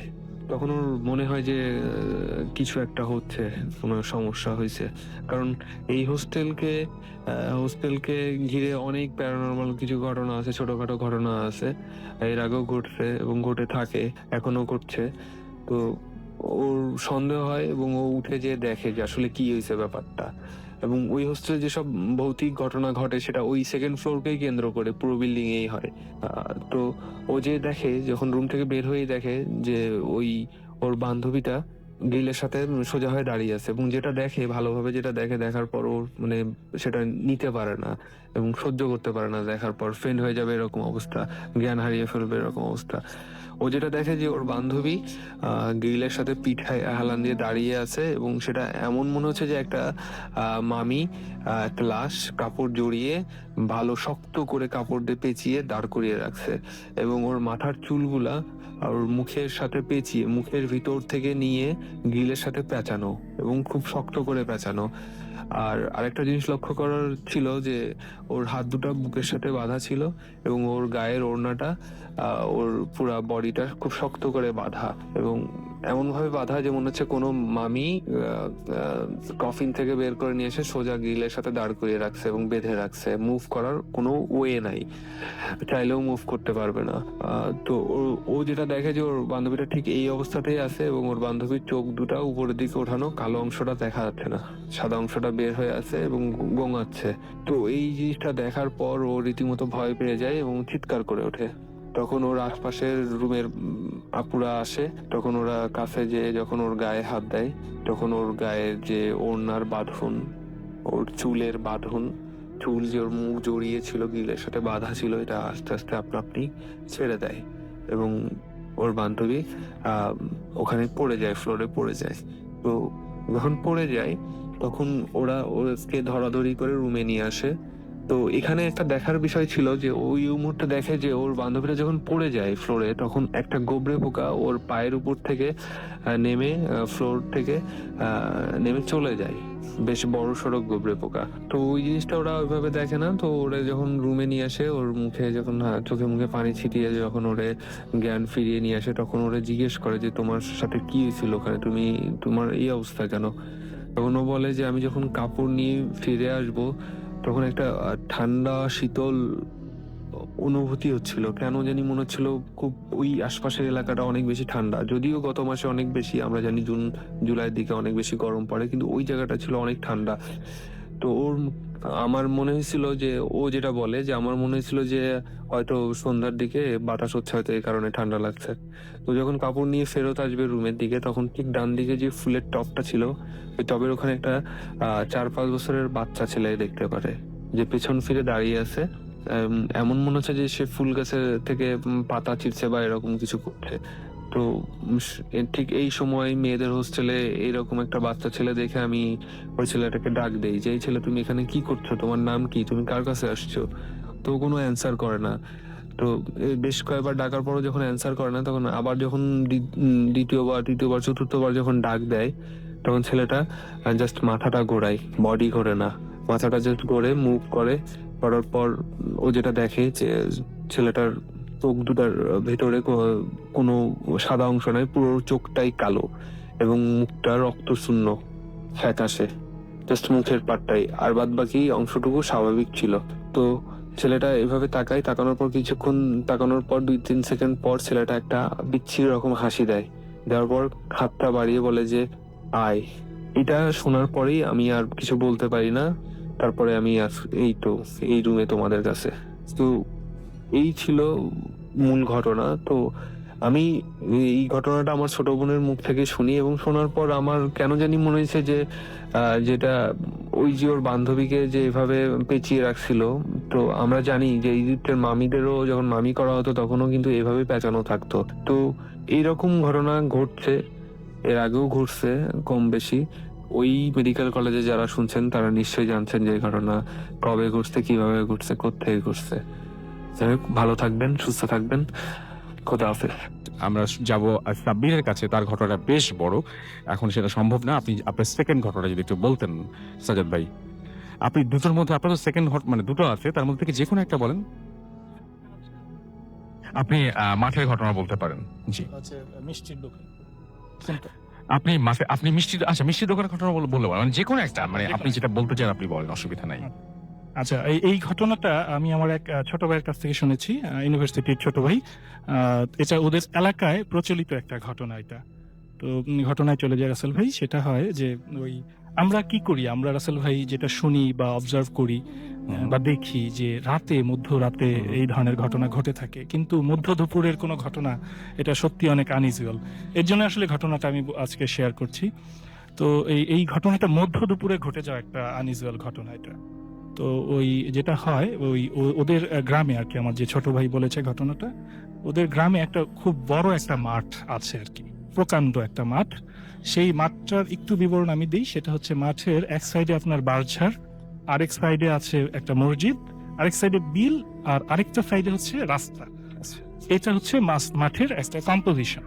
তো এখন যেটা হয়, ওই মাঠটাকে আবার অনেকে ইউজ করতো কি ওই শর্টকাট হিসেবে আর কি, রাস্তা দিয়ে না যেয়ে শর্টকাট হিসেবে মাঠটা ইউজ করতো।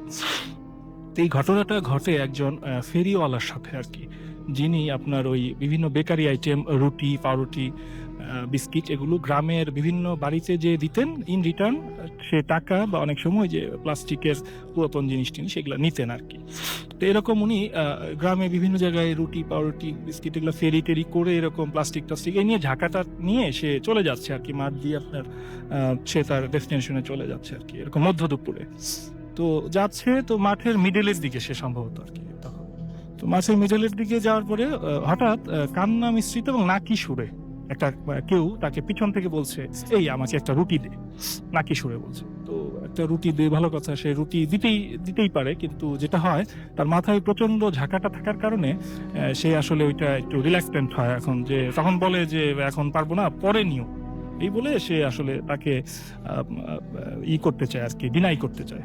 সে হাঁটতে থাকে তার মতো, কিন্তু পেছন থেকে আবার ওই যে এই একটা রুটি দে আবার বলতে থাকে। তো তখন এরকম কয়েকবার বলতে থাকে, এবং তার পিচ যখন ছাড়ছে না, তখন সে একটু বিরক্ত হয়ে যেটা করে যে ঝাঁকিটা নামিয়ে জাস্ট আপনার পিছনে ঘুরেই সে দেখলো যে রুটি নেই বলে পিছনে জাস্ট ঘুরেই দেখছে যে নাই, কেউ নাই সেখানে, নোবডি ওয়াজ দেয়ার। এবং আচ্ছা আসলে আপনাকে যেটা বলেছি, প্রকাণ্ড একটা মাঠ, এবং সেখান থেকে কারো পক্ষে মানে ভ্যানিশ হওয়া ছাড়া দৌড়ে পালানো বা কোথাও পালানো, মানে যেহেতু খোলা মাঠ, সম্ভব না এটা। মানে সে নাই, যে কণ্ঠস্বরটা বা যেটাই হোক, যেই এক্সিস্টেন্সটা তার পিছু নিয়েছিল সেটা নাই, সেটা তাকে প্রচন্ড শক হয় সেই ইনসিডেন্টের কারণে। এবং পরবর্তীতে সে দীর্ঘদিন অসুস্থ থাকে, এটা সবটা সামলাতে পারে না, এবং দীর্ঘদিন অসুস্থ থাকার এক পর্যায়ে আমি যেটা শুনেছি পরে যে মাসখানেক পরে সে মারা যায় আর কি, এই Okay. শকে আর কি, after shock. Okay, thank you Thank you. Very much আপনার সেকেন্ড ঘটনার জন্য। আমরা কথা না বাড়িয়ে আমরা চলে যাব আমাদের অতিথির কাছে, এবং আমাদের সাথে রয়েছেন এই মুহূর্তে সাব্বির। প্রথমে যে ঘটনা বলছিলেন তার নাম ছিল সাজ্জাদ, ইনি হচ্ছেন সাব্বির। আমরা সাব্বিরের ঘটনা শুনবো। হ্যালো লিসেনার্স, আমি সাব্বির হোসেন মগবাজার থেকে। রাসেল ভাই, আমি প্রথমে ঘটনাতে চলে যাই। এইটা হচ্ছে আমার কাজিন খালাতো ভাই, ওনার ফ্রেন্ডের ঘটনা। সো তারা কলেজ লাইফে 4 জন ক্লোজ ফ্রেন্ড ছিল। তাদের মধ্যে 2 জন হচ্ছে, একজন হচ্ছে সবুজ ভাই, আরেকজন হচ্ছে নাহিদ ভাই। তো ইন্টারের পরে সবুজ ভাইরা হোল ফ্যামিলি সহকারে গ্রামে শিফট করেন। তো মানে কোনো একটা প্রবলেমের কারণে গ্রামে শিফট করে। তো এরপরে যেটা হয় যে অনেক দিন তাদের মধ্যে কোনো যোগাযোগ ছিল না। তো একটা পর্যায়ে সেমিস্টার পরীক্ষার পরে নাহিদ ভাই যেটা করলেন যে উনি ডিসাইড করলেন উনি সবুজ ভাইদের গ্রামে যাবেন, ওনার সাথে মিট করবেন। তো ফোনে কথাবার্তা বলার পরে উনি একদিন রওনা দিলেন। এখানে একটা জিনিস যে সবুজ ভাইদের গ্রামটা ছিল টাঙ্গাইলে, অ্যান্ড সবুজ ভাইদের গ্রামের কয়েকটা গ্রাম আগে ছিল আপনার নাহিদ ভাইদের মামার বাসা। তো উনি আগে যেটা করলেন যে ওনার মামার বাসাতে গেলেন। তো বিকালের টাইম উনি পৌঁছালেন মামার বাসায়। কিছুক্ষণ সময় দেওয়ার পরে উনি মানে বাসে উঠলেন, উনি সবুজ ভাইদের গ্রামের উদ্দেশ্যে রওনা দিলেন। তো বাসে ওঠার পরে উনি সবুজ ভাইকে ফোন দিবেন। তো উনি যেটা দেখলেন যে ওনার সাথে মোবাইলটা নাই, উনি ভুলে মোবাইলটা রেখে আসছেন ওনার মামার বাসাতে। এর মধ্যে বাস চলতেছে, তো উনি তেমন একটা টেনশন নিলেন না, কারণ উনি মোটামুটি জানতেন যে ওই সবুজ ভাইদের গ্রামটা ওনাদের গ্রামে খুব ফেমাস, শিকদার বাড়ি নামে পরিচিত। তো উনি গেলেন রাত 8টার মতো বাজে, তখন উনি নামলেন। একটা বাজারে নামার পরে উনি মানে নাস্তা করলেন। নাস্তা করার পরে যে হোটেলের যে লোক ওনাকে জিজ্ঞেস করলেন যে আচ্ছা চাচা, এখান থেকে শিকদার বাড়িটা কোন দিকে? তো গ্রামের ওই লোক বললো, হোটেলের লোক, যে এখান থেকে আপনি সোজা হাঁটলে কাঁচা রাস্তায় নামলে আধা ঘন্টা। তো উনি নামেন, তো ওনার কথা মতো উনি রওনা দেন। তো ওনাকে পিছন থেকে ডাক দেয়, উনি বাজারের বাইরে বের হওয়ার পর পিছন থেকে একটা লোক ডাক দেয় অন্ধকার থেকে। তো বলে যে শুনেন, তো যাই, বলে কি হয়েছে? তো ওই লোকটা বলে যে আপনি কি শিকদার বাড়িতে যাইতেছেন? তো বলে যে হ্যাঁ, কেন? তো ওই লোকটা যেটা বলে যে আমিও ওদিকে যাব, চলেন একসাথে যাই। তো উনি মোটামুটি একটু খুশি হন মনে মনে যে গ্রামের একজন লোক পাইছেন, যেহেতু জায়গাটা ওনার কাছে অপরিচিত। তো 2 জন হাঁটতেছে। তো যেটা বলে নাহিদ ভাই বলে যে এক কাজ করি, তাহলে একটা রিক্সা নেই, রিক্সা নিয়ে চলেন যাই। তো ওই লোকটা বলে যে না না না, রিক্সা লাগবে না, হাইটেই চলেন, 15 মিনিটেরই তো রাস্তা। তো পরে নাহিদ ভাই বলে যে তো দোকানদার তো বললো যে আধা ঘন্টার মতো লাগবে, বলে যে ও ঠিক জানে না। তো 2 জন হাঁটতেছে আর কথা বলতেছে। ওই লোকটা মানে খুবই জলি প্রকৃতির, তার সাথে খুব মানে সুন্দর, 2 জন মজা করে কথা বলতেছে। 40-45 বছর বয়সে একজন স্বাভাবিক লোক। তার মানে তার বর্ণনাটা এরকম যে শুধু অস্বাভাবিক 2টা জিনিস তার মধ্যে। একটা হচ্ছে যে তার চোখে মানে অস্বাভাবিক পরিমাণ সুরমা দেওয়া, সুরমা দিলে মানে যেমন কালো হয় অমন। আর তার ঠোঁটটা প্রচুর পরিমাণে লাল, মানে এতটা লাল হওয়ার কথা না। তো যাই হোক, তো হাঁটতেছে, কথা বলতেছে। তো যখনই বাজারে, রাসেল ভাই, বাজারের মোড়ে মোড়ে কিন্তু মানে গ্রামে রাস্তার মোড়ে মোড়ে কিন্তু চায়ের দোকান থাকে। তো ওইসব দোকানের পাশে যখনই আসে, তো ওই লোকটা কি করে, মানে গলা একটা স্কার্ফের মতো ছিল, উনি ওইটা ওনার মাথায় তুলে দেন। আর যখন মানে ওনার, তখন মানে নাহিদ ভাই ওনার সাথে কথা বলে, পাশের লোকগুলা মানে তার দিকে একটু অবাকভাবে তাকায়। তো এইভাবে হাঁটতেছে, হাঁটতে হাঁটতে একটা পর্যায়ে লোকটা ওনাকে একটা অস্বাভাবিক কথা বলে যে আচ্ছা এটা কত সাল? তো নাহিদ ভাই যেটা বলে যে আপনি তো খুব ভালো মজা করতে হঠাৎ পারেন। করেই অল অফ সাডেন তিনি জিজ্ঞেস করেন হ্যাঁ, কত হ্যাঁ। সাল? অনেকগুলো কথার মধ্যে মানে নর্মাল কথাবার্তা। হঠাৎ তো করেই? হ্যাঁ হ্যাঁ, তো উনি যেটা বলেন যে আপনি তো খুব ভালো মজা করতে পারেন, এটা বলার পরে লোকটা ওইটার অ্যান্সার না দিয়ে সামনে হাত দিয়ে দেখায় যে ওই যে ওইটা হচ্ছে শিকদার বাড়ি। তো এটা বলে মানে লোকটা ডান দিকে চলে যায়। তো নাহিদ ভাই মানে ওনাকে ধন্যবাদ জানানোর জন্য ডাকে, বাট লোকটা আর পিছনে তাকাইতেছে না। কিন্তু উনি মানে ওই বাড়িটা দেখে যেটা শক হলেন যে উনি মানে ওনার ফ্রেন্ড সবুজ ভাই ওনাকে সবসময় বলছে যে মানে ওনাদের বাড়িটা হচ্ছে বড় বাড়ি, গ্রামের মধ্যে মানে খুবই প্রভাবশালী। কিন্তু উনি দেখলেন যে সামনে যে বাড়িটা সেটা হচ্ছে মানে একদম ছোট নর্মাল 3 সেটের বাড়িগুলো যেমন হয় গ্রামে, ওরকম একটা বাড়ি। তো এটা দেখার পরে মানে উনি ভয়ে ভয়ে আগাইতেছেন যে মানে কার সাথে আসলাম, লোকটার নাম জানি না। তো ওই মুহূর্তে কি হয় যে ভিতর থেকে সবুজ ভাই বেরিয়ে আসে। তো মানে ব্যাপারটা এমন যে উনি জানতেন যে এই মুহূর্তে নাহিদ ভাই মানে ওখানে পৌঁছাবেন। তো দেখার পরে মানে উনি একটু রিল্যাক্স ছিলেন, পরে বললেন, তো কুশল মিডিয়ামের পরে নাহিদ ভাই বলেন যে কিরে খালা খালু কোথায়, ওনাদের একটু ডাক। তো বলে যে না ওনাদের এখন ডাকা যাবে না, নাই ওনারা, তো এরকম কিছু। তো মানে উনি মনে মনে একটু কষ্ট পায় যে আসলাম এরকম একটা বিহেভ করলো। তো পরে ওনাকে বলতেছে যে চল এখন শুয়ে পড়ি, মানে ডাইরেক্ট এরকম কিছু বলতেছে। ওনাদের বাসার মানে কোনো লাইট নেই, এটা হচ্ছে সবচাইতে মানে অবাক ব্যাপার, যে কোনো লাইট নেই, টোটালি অন্ধকার, কারেন্ট নেই। তো যেটা হয় যে ওনাকে একটা রুমে নিয়ে যায় সবুজ ভাই, নাইট ভাইকে একটা রুমে নিয়ে যায়। যাওয়ার পরে রুমের মধ্যে মানে উনি খাটটাও ঠিক মতো দেখতে পারতেছেন না, তো একটা বেডে বলে যে শুয়ে পড়। তো শোয়ার পরে উনি দেখলেন মানে বেডটা প্রচুর পরিমাণে শক্ত। তো পরে বলে যে তোদের বাসায় বিছানার অবস্থা এমন কেন? তো বলে যে এমনই, এখন ঘুমা। মানে তেমন একটা কথা বলতেছে না নাইট ভাইয়ের সাথে সবুজ ভাই। তো শোয়ার পরে দুজন শুইলো পাশাপাশি। শোয়ার কিছুক্ষণ 10-15 মিনিট পরে নাইট ভাই যেটা শুনতে পারলেন যে মানে বাড়ির বাহিরে মানে কুকুর 8-10টা কুকুর একসাথে ডাকতেছে, কিন্তু শব্দগুলো শুনে এমন মনে হইতেছিল যে মানে খুবই পাশে রুমের ভিতরেই কুকুরগুলো আসতেছে। তো উনি মানে ডাকছেন, সবুজ ভাইকে ডাকেন যে শুন মানে এরকম কুকুর ডাকতেছে। তোর কয়েকবার ডাক দেওয়ার পর ধাক্কাও দেয়, তো উনি আর কোনো রেসপন্স দেন না। তো এইভাবে তো কিছুক্ষণ পরে না মানে কুকুরের শব্দগুলো অটোমেটিকলি চলে গেল। তো উনি একটা ঘুম ঘুম ভাব নিজের মধ্যে, ঘুমাবেন এমন একটা সব মানে অবস্থায় উনি শুনলেন যে পাশে, যে ওনার পাশে সবুজ ভাই শোয়া, উনি খুব ভারী গলায় মানে হাসতেছেন। তো এটা শুনে মানে খুব ভয় পান যে হঠাৎ হাসতেছে, তো কি হয়েছে, উঠে বসবে। তো এমন টাইমে মানে কি হয়, উনি উঠতে পারতেছেন না। দেখলেন যে উনি তার বডি মানে টোটালি মুভ করতে পারতেছেন না। অ্যান্ড ওই সবুজ ভাই ওনার উপরে মানে চেপে বসলো। বসার পরে যেটা হয় যে মানে হাসতে হাসতে ওনার মানে গলাটা চেপে ধরে। আর ফেসটা আসার পরে উনি কাছে আসার পর যতটুকু দেখতে পান যে এখানে এটা সবুজ ভাই না, এটা হচ্ছে যে উনি সারা রাস্তায় যার সাথে আসছিলেন ওই লোকটা হচ্ছে এই লোকটা, মানে সিমিলার একদম। তো এটা দেখার পরে উনি মানে সেন্সলেস হওয়ার পরে সকালে ওনার জ্ঞান ফিরার পরে উনি নিজেকে আবিষ্কার করেন যে উনি ওই গ্রামেরই বাজারের কোনো একটা ডিসপেন্সারিতে আছেন, and লোকজন তাকে ঘিরে আছে। তো উনি মানে প্রথমে বলেন যে আমি কোথায়, আর আমার ফ্রেন্ড সবুজ কই। তো গ্রামের লোকেরা মানে তার দিকে অবাক হয়ে তাকায় বলে যে মানে কোন সবুজ, আর তুমি কবরস্থানে কি করতেছিলা? তাই এটা হচ্ছে তার সব মানে সবচেয়ে অবাক করা বিষয়। তখন উনি বলে না আমি তো আমার ফ্রেন্ড সবুজের বাসায় ছিলাম। তো বলে যে না আমরা তো তোমাকে পাইছি এরকম একটা কবরস্থানে। তো উনি তখন মানে ওই লোকদেরকে সব বর্ণনা দেন যে এরকম এরকম আমার ফ্রেন্ড এটা। তো ওই লোকেরা মানে ওনার কথা শোনার পরে ওই লোকেরা তাকে একবারেই চিনতে পারে, সবুজ ভাইকে। তো পরে সবুজ ভাইকে ওনারা মানে ডাকানো হওয়ার সবুজ ভাই আসেন। আসার পরে উনি নাহিদ ভাইকে মানে দেখে উনি পুরো অবাক। তো দেখে বলতেছে যে কিরে তোর তো কালকে আসার কথা ছিল, তুই মানে এখানে মানে কেন, কিভাবে? তো পরে মানে এটা শোনার পরে উনি আবার সহ্য করতে পারেননি। তো তিনি আবার মানে সেন্সলেস হয়ে পড়েন ওই জায়গাতেই। তো তারপর ধরাধরি করে তাকে নিয়ে যাওয়া হয় মানে সবুজ ভাইদের বাসায়। তো জ্ঞান ফেরার পরে এবার তিনি দেখতেছেন যে না এবার তিনি পাকা দালানের মধ্যে আছেন, তার আশেপাশে মানে সবুজ ভাইয়ের বাবা মা তারা সবাই আছে। তো তিনি যে জায়গার পরে বললেন রাত্রের পুরো ঘটনাটা তিনি তাকে মানে শেয়ার করেন সবুজ ভাইয়ের সাথে নাহিদ ভাই। তো বলার পরে নাহিদ ভাই মানে সবুজ ভাই যেটা বলে যে না এরকম না, আসলে উনি গ্রামের মানুষের কাছ থেকে যেটা শুনেন যে ওনাকে মানে তারা পাইছে একটা পুরনো কবরস্থানে আসলে ভাই। And ওই কবরস্থানটা মানে তেমন খুব ভালো একটা কবরস্থান না। ওখানে যারা সুইসাইড করতো বা যারা মানে সুইসাইড করলে তো মানুষকে মানে তারা একটু অন্য চোখে দেখে, যারা সুইসাইড করতো বা যারা অস্বাভাবিকভাবে মারা যেত অ্যাক্সিডেন্টের মাধ্যমে, ওই সব মানুষকে ওখানে কবর দেওয়া হয়। ইভেন ওইটা এখন বন্ধ হয়ে গেছে, ওই কবরস্থানটা কেউ ইউজও করে না, কারণ ওইটার মানে ওই গ্রামে ওই কবরস্থানটার ব্যাপারে অনেক প্রচলিত কথাবার্তা আছে যে অনেক অবয়ব দেখা যায় এরকম কিছু। ওনারা ওই সবুজ নাহিদ ভাইকে মানে একটা কবরের পাশে পড়া অবস্থায় পান। তো এটার পরে উনি যেটা করেন যে উনি বলেন যে আমি আর আজকে থাকবো না। তো উনি ওদিন দুপুরের বাসেই মানে ঢাকায় চলে আসেন। ইভেন এরপরে উনি 6 মাসের মতো মানে এই ব্যাপারটা নিয়ে মানে খুবই ছিলেন। ছিলেন। হ্যাঁ স্বাভাবিক কিন্তু ওনার মানে 6 মাসের মতো লাগে। ইভেন এখনো উনি কুকুরের ডাক খুব ভয় পান।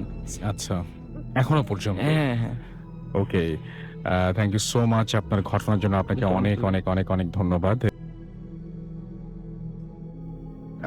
চলে যাব এখন আরেকটা ঘটনায়। সেই ঘটনাটা আমার কাছে অবশ্যই ইমেল, সেই ইমেলটা আমি পড়তে চাই। লিখছেন আমাদের কাছে যে আসসালামু আলাইকুম রাসেল ভাই, জানি আপনি সবসময় ভালোর দলে, তাই আশা করি ভালোই আছেন। ভূত এফএমের সকল শ্রোতাদের শুভেচ্ছা। অনেকদিন থেকেই ভাবছি আমার জীবনে ঘটে যাওয়া কিছু ঘটনার মধ্যে সবচেয়ে ভয়ঙ্কর এই ছোট্ট ঘটনাটি আপনাদের সাথে শেয়ার করব। ব্যস্ততার কারণে এতদিন সম্ভব হয়ে ওঠেনি। যাই হোক, আমি সরাসরি ঘটনায় চলে যাচ্ছি, যার ব্যাখ্যা আমার কাছে আজও রহস্যময়। সময় 2011 ফেব্রুয়ারি অথবা মার্চ মাস, তারিখটা আমার মনে নেই। প্রতিদিনের মতো সেদিনও আমি রাতে 12টার মধ্যেই ঘুমোতে যাই। এক সময় ঘুমিয়ে পড়ি, ঘুমের মধ্যে স্বপ্ন দেখলাম আমি আমার এক আত্মীয়র সাথে বিশাল বাড়ির গেটের সামনে দাঁড়িয়ে। অনেকগুলো সিঁড়ি ডিঙিয়ে ভেতরে যেতে হয়। যাই হোক, আমি আর আমার সেই আত্মীয় সেই বাড়ির ভেতরে প্রবেশ করলাম। দেখলাম সেখানে একটা লোক বসা, তার বেশভূষা ছিল অনেকটাই কাওয়ালদের মতো, অর্থাৎ যারা কাওয়ালি গায় তাদের মতো, এবং ঘরে কোনো আসবাব ছিল না, শুধু একটা কার্পেট, একটা পানির পাত্র আর একটা কোল বালিশ ছিল। আমি আর আমার সেই আত্মীয় লোকটির সামনে বসে পড়লাম। এরপর দেখলাম আমার আত্মীয়টি আর সেখানে নেই, যেন সে গায়েব হয়ে গেছে। আর সেই লোকটি আমার সামনে বসে একটি ছোট পুতুল হাতে ধরে হাতে ধরে রেখেছে, এবং তার অপর হাত দিয়ে একটি পানির পাত্র থেকে পানি ছিটাচ্ছে আর জোরে জোরে কোন একটা শব্দ উচ্চারণ করছে। সে শব্দটা অনেকটা পিন্তা টাইপের, এবং শব্দটা শোনা মাত্র আমি ভয় পেয়ে গেলাম এবং অস্থির হয়ে উঠলাম। যেহেতু আমি মুসলিম, তাই পুতুলটা আর ওই শব্দটা আমার কাছে অস্বাভাবিক লাগে। আমি সেখান থেকে উঠে পড়তে চাইলে লোকটি আমাকে একটি গালি দিল আর সেখানেই বসে থাকতে বলল। আমি তখনই জোরে আল্লাহু আকবার বলে চিৎকার দেই, আর সাথে সাথে আমি জেগে উঠি। কিন্তু এরপর যা দেখলাম তা আমি আর কখনোই দেখতে চাই না। আমার রুমে একটা নীল রঙের ডিম লাইট জ্বলছিল, যার আলোতে আমি স্পষ্ট দেখতে পেলাম একটা কালো অবয়ব, একজন পুরুষ মানুষের মতোই চওড়া কাঁধ, তার চুল কাঁধ পর্যন্ত। সে আমার দিকে পেছন ফিরেছিল। সবচেয়ে ভয়াবহ ব্যাপার হচ্ছে তার শুধু কোমর পর্যন্ত দেখা গেল, আর বাকি অংশ আমার শরীরের সাথে মিশে আছে। অর্থাৎ আমার শরীর কিন্তু একেবারেই সে আমার শরীর কিন্তু থেকে বের হয়ে এসছে, এরকম একটা ব্যাপার। এবং ব্যাপারটা খুব বেশি হলে 4 কি 5 সেকেন্ড স্থায়ী হয়েছিল। তারপর আমার আর কিছুই সেখানে নেই। কিন্তু আমি একেবারে স্পষ্ট দেখতে পেয়েছি, কারণ তখন আমি ঘুমিয়ে নেই, পুরোপুরি সজাগ, এবং আমার পুরো শরীর ঘামে ভেজা। সাথে সাথেই ফজরের আজান শুরু হলো। আমি কিছুটা স্বস্তি পেলাম। সকালে বিছানা থেকে ওঠার পর টের পেলাম আমার সারা শরীর নিস্তেজ, দুর্বল। প্রায় সারাদিন শুয়েছিলাম। বাসায় মা আর বোনের সাথে বাসায় আমার বোনের সাথে আর কিছু কাজিন এবং বন্ধুদের সাথে ব্যাপারটা শেয়ার করলাম। তারা সবাই বলল হয়তো কেউ আমার উপরে ব্ল্যাক ম্যাজিক করেছে। আমি তাই বিশ্বাস করি, কারণ আমি স্বপ্নে যে আত্মীয়কে দেখেছি সে আমার খুবই কাছের, এবং সে লোকটি সবসময় আমাদের পরিবারকে হিংসার চোখে দেখে এবং আমাদের জন্য সে ক্ষতিকর। এখনো মাঝে মাঝেই আমি বাজে কিছু অভিজ্ঞতার সম্মুখীন হই, বা যা হয়তো ব্ল্যাক ম্যাজিকেরই কুফল। এই ছিল জীবনে ঘটে যাওয়া ভয়ঙ্কর ঘটনা। ভালো লাগলে পড়ে শোনাবেন। আল্লাহ হাফিজ। এবং খুব অদ্ভুত একটা ব্যাপার, স্বপ্নটাই খুব অদ্ভুত ছিল, এবং যখন জেগে ওঠেন তখনও সেই স্বপ্নের রেশটা ছিল। এটা সবচেয়ে ভয়ঙ্কর ব্যাপার। এবং আমাদের প্রথম যে ঘটনাটা ছিল সেই ঘটনাটা এবং এই ঘটনাটা মোটামুটি কেমন ভাবে যেন সব ঘটনাগুলো রিলেটেড মনে হচ্ছে আমার কাছে। পরবর্তী ঘটনায় যাবো। আপনার নামটা প্লিজ একটু বলবেন, কোথা থেকে এসেছেন আপনি? হ্যালো লিসনার, আমি সাইমন হাসান, ঢাকা জুট মিল, রানীগঞ্জ। এই গল্পটা আমার এক স্টুডেন্টের কাছ থেকে শোনা। আমাকে লাস্ট যেদিন দেখা হয়েছিল সে বলেছিল 10-15 দিন আগের ঘটনা, ওর সাথে ঘটে যাওয়া একটা সত্য ঘটনা। আমার স্টুডেন্টের বাড়ি হচ্ছে বরিশাল। সে বরিশালের একটা গ্রামে থাকে। ঘটনাটা যেমন বরিশালে গ্রামের একটা পাকা সড়ক ছিল, সড়কটা একটু বাঁকানো ছিল এবং স্ট্রিট ব্রেকার ছিল, তো যার ফলে ওখানে প্রায় অ্যাক্সিডেন্ট হয়।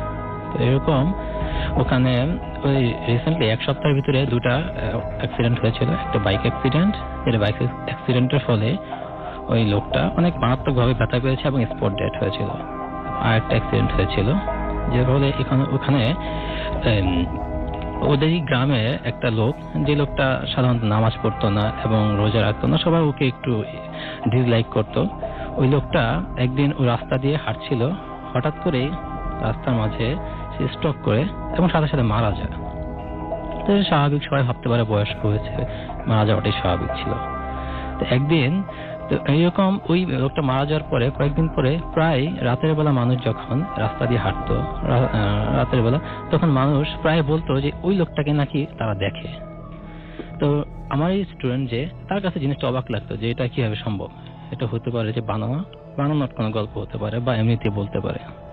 তো একদিন ওদের আবার আপনার বাজারে দোকান ছিল, তো দোকান থেকে বাসা ফিরতে ছিল রাতের বেলা, রাত সম্ভবত 11টার দিকে।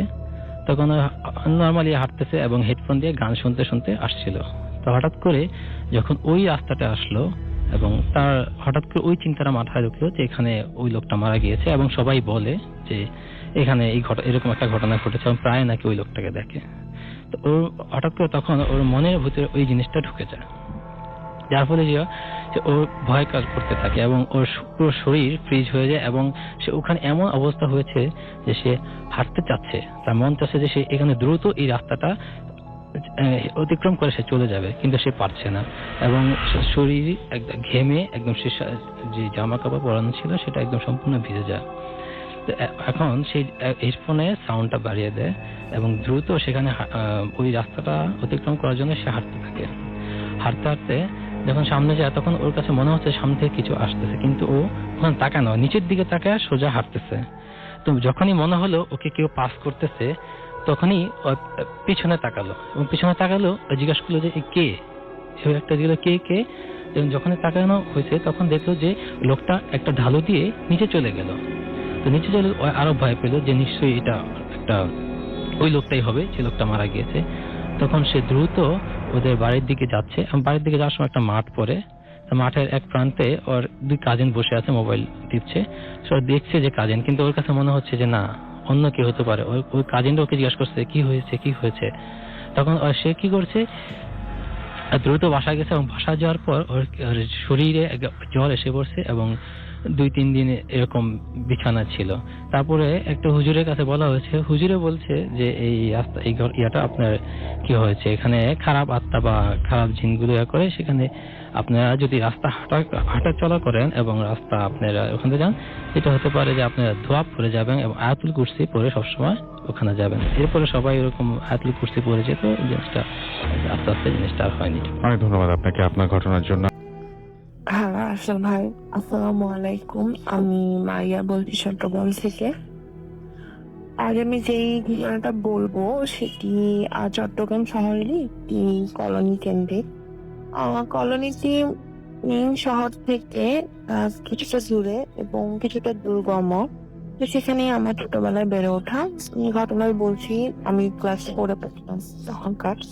তো কলোনিটি দুর্গম হওয়ার কারণে অনেকেই সেখানে কোয়ার্টার পাওয়া সত্ত্বেও থাকতেন না। তো দেখা যেত যে এমন একটি এরিয়া ছিল ওখানে কলোনির ভিতরে, যেখানে 3টা বিল্ডিং ছিল এবং সম্পূর্ণ ফাঁকা। 3টা বিল্ডিংই সম্পূর্ণ ফাঁকা, আর বিল্ডিং 3টা দূরত্ব ভালোই ছিল, একটা আরেকটি থেকে ভালো দূরত্ব অবস্থিত ছিল। আর ছিল 3টি বাংলো। 3টিও মানে একদম খালি ছিল, ওখানে কেউ থাকতো না। তো সেরকমই একটা বিল্ডিং এ যেটি 4তলা ছিল, প্রত্যেকটা বিল্ডিং এ 4তলা ছিল, সেরকম একটা বিল্ডিং এর 2তলা নিয়ে, নিচতলা এবং তার উপরতলা নিয়ে আমাদের একটা কেজি স্কুল ছিল আর কি। তো উপরের ফ্ল্যাট গুলোও খালি ছিল, মানুষজন থাকার উপযোগী ছিল কিন্তু খালি ছিল, থাকতে চাইতো না সেখানে।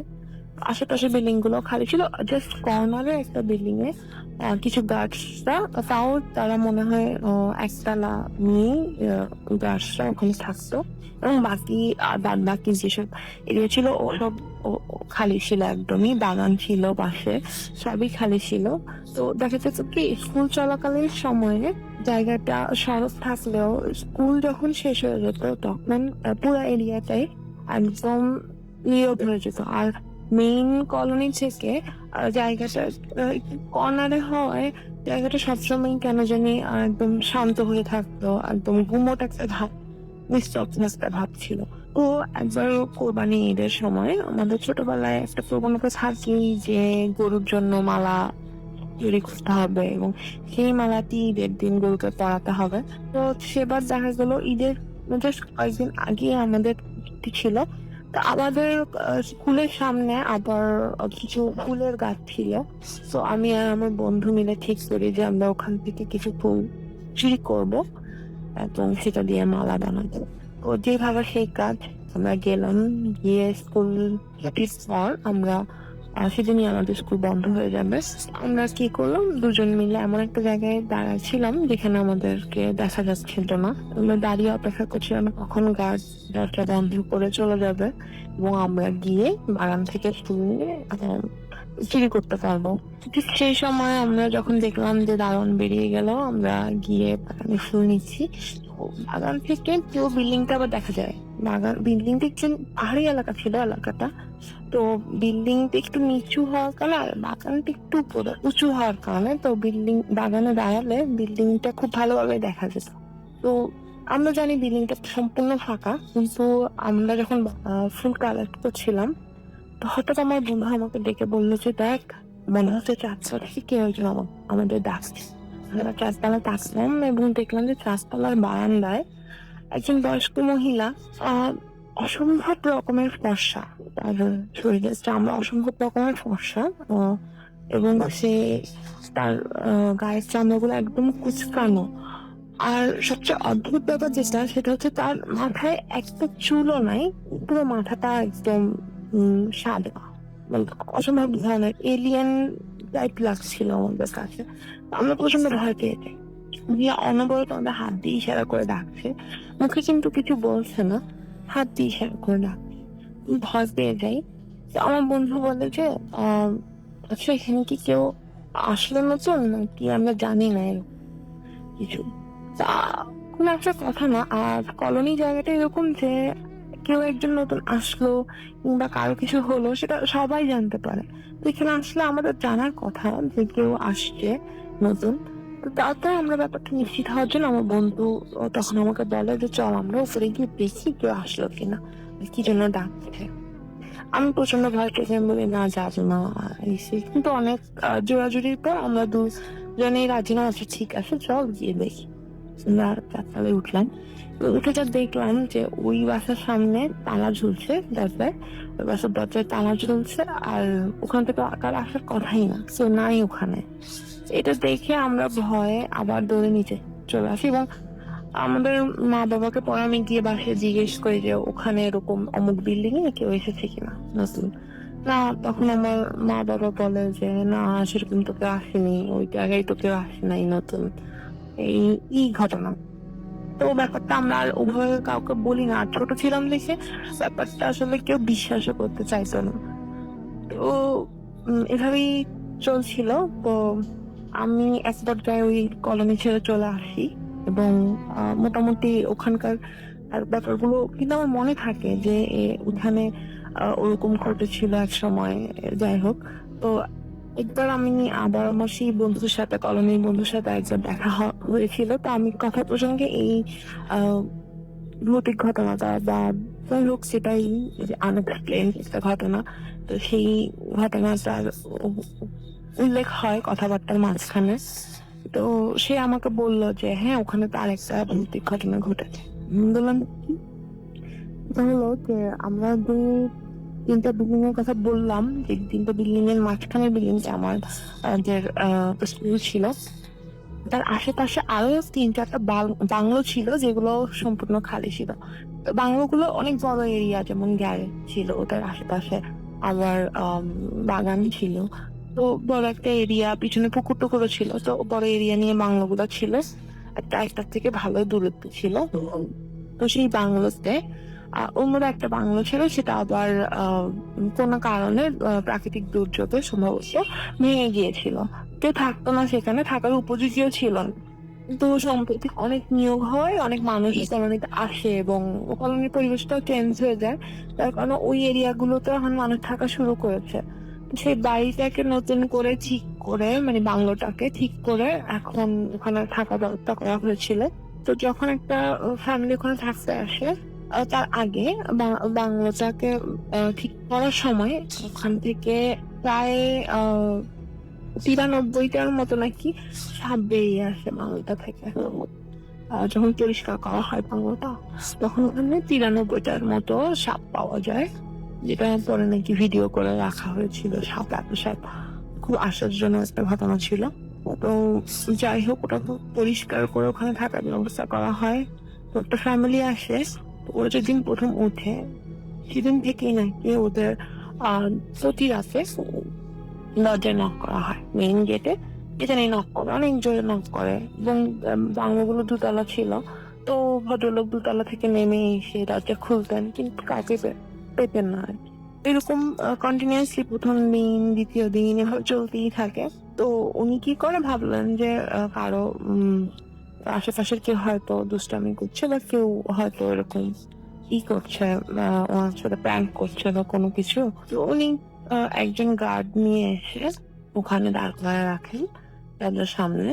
তো পরের দিন যেদিন উনি দাঁড় করা আছে সেদিন না ওনার এমন ভাবে দরজায় নক হচ্ছে মেইন গেটে। তো উনি ভাবেন যে দারোয়ান তো সামনে আছে, তাহলে কে নক করছে। তো উনি দরজা খুলেন এবং দারোয়ানকে বলে, এই তুমি নক করছো কিনা? দারোয়ান বলে যে, স্যার আমি শুনছি ভিতর থেকে কেউ নক করছে। আর যিনি ভদ্রলোক বাসায় ফিরেছেন তিনি শুনছেন বাইরে থেকে কেউ নক করছে। তো ব্যাপারটা যখন দেখলেন যে হুজুর চাঁদরা চলে গেল, তখন তিনি স্থানীয় মসজিদের হুজুরের সাথে কথা বললেন। তো উনি পরে বললেন যে বাসায় মিলাদ বুঝতে, এবং উনি আসলেন বাসায় এসে বললেন যে অনেকদিন বাসাটা খালি ছিল এবং এমন অবস্থায় ছিল যে ওটা ব্যবহারের উপযোগী ছিল না। তো আপনি যখন বাসায় উঠলেন বাসায় মিলাদ তো করার নেই, তো উনি এসে মিলাদ করা দিয়ে গেলেন। আর পরে দু একদিন ভালো ছিল, কিন্তু তারপরে আবার ঘটনা এরকম ঘটতো যে এবার বাসার ভিতরে জিনিসপত্র এদিক সেদিক হয়ে যেত। যেমন রান্নাঘরের কোনো জিনিস বেডরুমে পাওয়া যাচ্ছে, বা ধরেন টিভি রিমোটটা দেখা যাচ্ছে যে বাথরুমে যাচ্ছে বা কিচেনে থাকছে, এরকম আনইউজুয়াল জায়গায় জিনিস চলে যাচ্ছে। তো এইসব ঘটনার পর তিনি আবার আরেকজন হুজুরের শরণাপন্ন হলেন এবং সেখানে তিনি এসে ঘর বন্ধ করে দিলেন এবং বাসার চারদিকে মাটিতে পুঁতে দিলেন। তো এরপর নাকি সমস্যা আর হয়নি, যতটুকু আমি আমার বন্ধুর কাছ থেকে শুনলাম। তো আসলে ভাই এই ছিল আমার ঘটনা। আশা করি ভালো লাগবে এবং ভালো লাগলে সবাইকে শোনাবেন। সালামু আলাইকুম।